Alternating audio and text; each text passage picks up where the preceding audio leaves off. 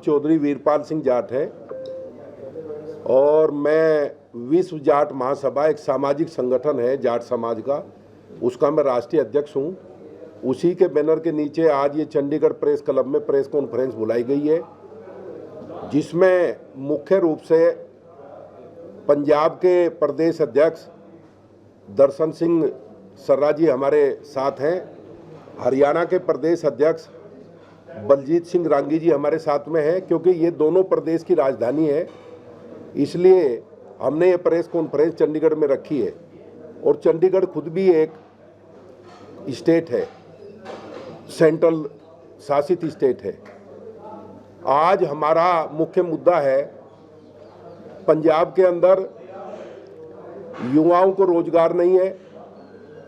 युवा हताश होकर अपनी संपत्ति, अपना सब कुछ दांव पर लगाकर अवैध तरीके से, जिसको डंकी रास्ता बोलते हैं, उसके द्वारा वो बाहर विदेशों में काम खोजने के लिए जाता है, रोजगार के लिए जाता है। किस प्रकार से बच्चों का पालन पोषण हो, जीविका चले, इसके लिए अभी तत्काल में अमेरिका ने बहुत बड़े स्तर पर भारतीयों को वापस भेजा है, जिसमें बड़ी तादाद पंजाब के युवाओं की है।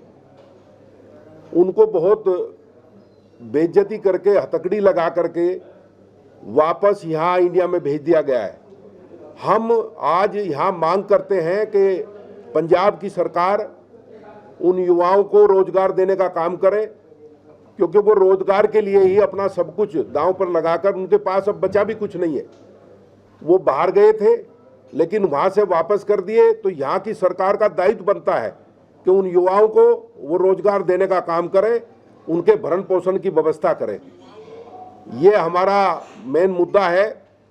दूसरा है, पंजाब के अंदर क्योंकि रोजगार नहीं है, बहुत बुरी स्थिति है। बड़ी बड़ी बातें सरकार द्वारा, जब चुनाव में ये लोग आए थे, इन्होंने बहुत वादे किए, 3 साल में एक भी वादा सही तरीके से पूरा नहीं कर पाए। जो इन्होंने कमिटमेंट की थी कि युवाओं को बहुत बड़े स्केल पर हम रोजगार देने का काम करेंगे, यहाँ पर व्यापार के अवसर बढ़ेंगे, लेकिन कोई भी इस प्रकार का कार्य पंजाब में दिखाई नहीं देता। जो पंजाब कभी लहलहाता पंजाब, हरा भरा पंजाब होता था, यहाँ पर सारी व्यवस्था चौपट हो गई है। उसके लिए हम सरकार से मांग करते हैं कि वो अपने किए गए वादों पे कम से कम खरी उतरे और यहाँ के युवाओं को, यहाँ की महिलाओं को जो पेंशन की बात की थी, उन्हें पेंशन देने का काम करे, यहाँ के युवाओं को नौकरी देने का काम करे, व्यापार की व्यवस्था हो, जिससे अगर नौकरी नहीं है तो कम से कम व्यापार की लाइन में युवा खड़ा होकर के अपना भरण पोषण कर सके। इसी के लिए हम सरकार से मांग करते हैं कि वो इस ओर ध्यान दे और अपने किए गए वादों को पूरा करने का काम करे। Centre government, Bharatiya Janata party की सरकार सेंटर में है। माननीय प्रधानमंत्री मोदी जी धार्मिक उत्सवों में व्यस्त है। कोई भी इस प्रकार का कदम 11 साल लगातार इस सरकार को चलते हुए हो गया है। जो तथ्यपरक बातें हैं, चाहे वो किसानों के एमएसपी की बात हो, जो मेहनत करके फसल उगाता है उसको बेचने की कोई व्यवस्था नहीं है। सरकार ने जब से 3 कानून वापस लिए हैं, किसानों को ऐसा मान लिया है कि जैसे ये बाहरी लोग हैं, बाहर से आकर के यहाँ आंदोलन कर रहे हैं। किसान आंदोलनरत है, रोड पर लेटे हुए, भूख हड़ताल चल रही है, डल्लेवाल जी बैठे, लेकिन सरकार के कान पर जूं नहीं रेंग रही है। वो धार्मिक उत्सवों में मशगूल है। धर्म के नाम पर इस देश में बड़ा उन्माद फैला जा रहा है। कल रात की घटना है, नई दिल्ली रेलवे स्टेशन पर भगदड़ मच गई। क्यों ऐसा प्रचार किया जा रहा है, क्यों ऐसी बात फैलाई जा रही है कि अगर गंगा जी पे वहीं पर जाकर के, इलाहाबाद में, प्रयागराज में जाकर के यह स्नान होगा तो आपको सारे पाप धुल जाएंगे, आपका कोई भी पाप नहीं बचेगा। इस प्रकार की भ्रांतियां सरकारों के द्वारा फैलाना इस देश का दुर्भाग्य है। जहां युवाओं के रोजगार की बात होनी चाहिए, जहां हमारे जो सीनियर सिटीजन हैं उनको सम्मान मिलने की बात होनी चाहिए, वहां सरकार छुपे रास्तों से हर तरीके से जो है गद्दारी करने का, लूटने का काम कर रही है। मैं बताना चाहता हूं, युवाओं पूर्वजों को जो पेंशन मिलती है, उनको पेंशन जो मिलती है हमारे सीनियर सिटीजन को, उनको 15,022 रुपए पे सरकार 750 रुपए टीडीएस लेती है। तो सीनियर सिटीजन को जो है सम्मान देने का काम कर रहे हैं या लूटने का काम कर रहे हैं? सरकार बताए किस प्रकार से इस देश में युवाओं का भला होगा, युवाओं को किस प्रकार से रोजगार होगा, इसकी कोई चिंता नहीं है। केवल धार्मिक उन्माद फैलाया जा रहा है, इस देश में यही हो रहा है। ये चेतने की बात है, समझने की बात है कि इस प्रकार से कार्यों से देश का भला होने वाला नहीं है। सर, जिस तरह से आपने किसानों की बात की है, अभी सरकार ने चंडीगढ़ में किसानों से बात की है, 22 फरवरी को फिर बात होगी। आप कह रहे हैं किसानों की बात नहीं सुनी जा रही। किस सरकार ने बात की है?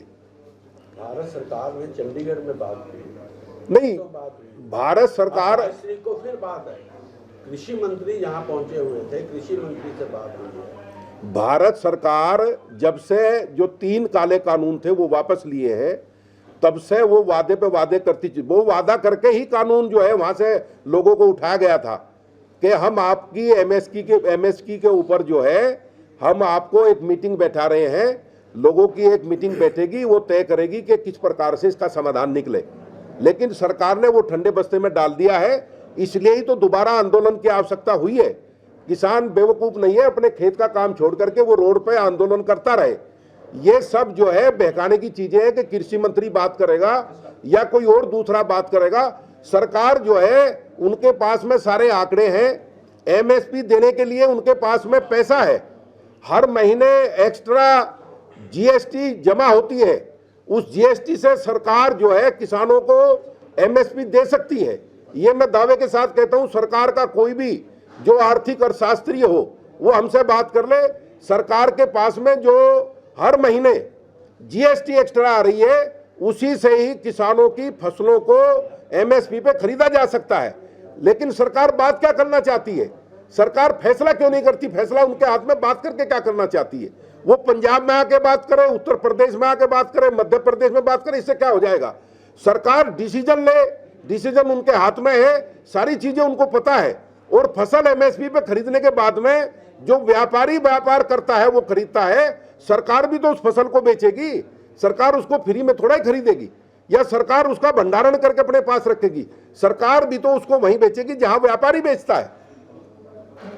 सर, जिस तरह से आपने बात की है पंजाब के बेरोजगार, लेकिन अलग अलग महाराष्ट्र हो गया, केरल हो गया, यहाँ से भी लोग जो हैं वो अमेरिका वापस रिपोर्ट कर रहा है और बेड़ियों में बांध कर लाया जा रहा है। इस पर सरकार की तरफ से अभी कोई पुख्ता बयान नहीं है। मैंने उसी की ओर ध्यान आकृष्ट किया है आपके माध्यम से, प्रेस के माध्यम से मैंने उनको जो है यही कहा है कि आप लोगों ने वो यहाँ पे भर के छोड़ गए, चोर रास्ते से गए थे, चोर रास्ते से ही वापस भर के छोड़ गए।